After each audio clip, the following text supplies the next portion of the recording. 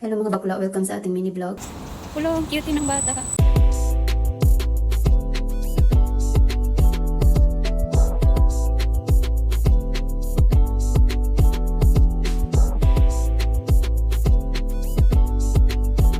Hello mga bakla, welcome sa ating mini vlog. For today's video, pumunta kami sa government dito sa China para sa aking permanent residence dito.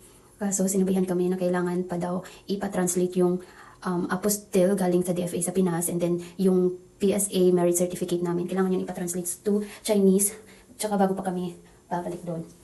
And okay naman yung lahat, ang antayin na lang namin is yung ID ng asawa ko. During this time, decide kami na kakain muna at hanap ng restaurant. Actually, kasama namin yung tatay ng asawa ko. Sabi niya, magantay na lang daw siya sa sasakyan. Mas pinili namin maglakad-lakad.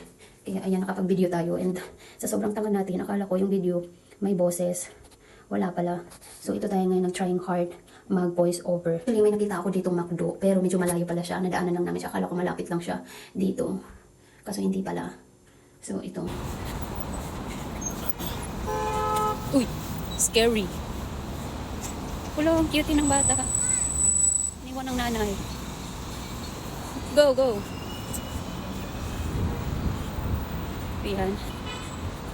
Hanap kami ng restaurant. Which hotel is? This is hotel. Hotel pala to, guys. Lalakad lang kami.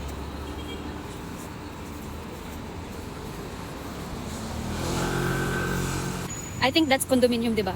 This one, no? There's a lot of clothes outside.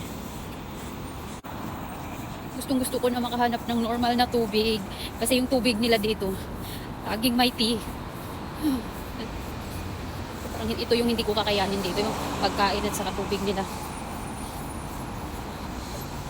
So, sobrang sensitive ng pangamoy ko. Kakaloka. Ano ba to? Ba't nakadikit sa mukha? Ang tanga. Barbecue? What about Mac? Ay, may nakita akong McDo dito kanina. What do you want? McDo. Don't have macaroni. Malayo pala yung McDo dito. Shit!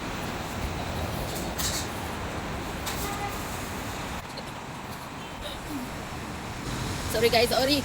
Sabi ko na sa inyo. Sobrang sensitive ng pangamoy ko. Hindi ako nasusuka.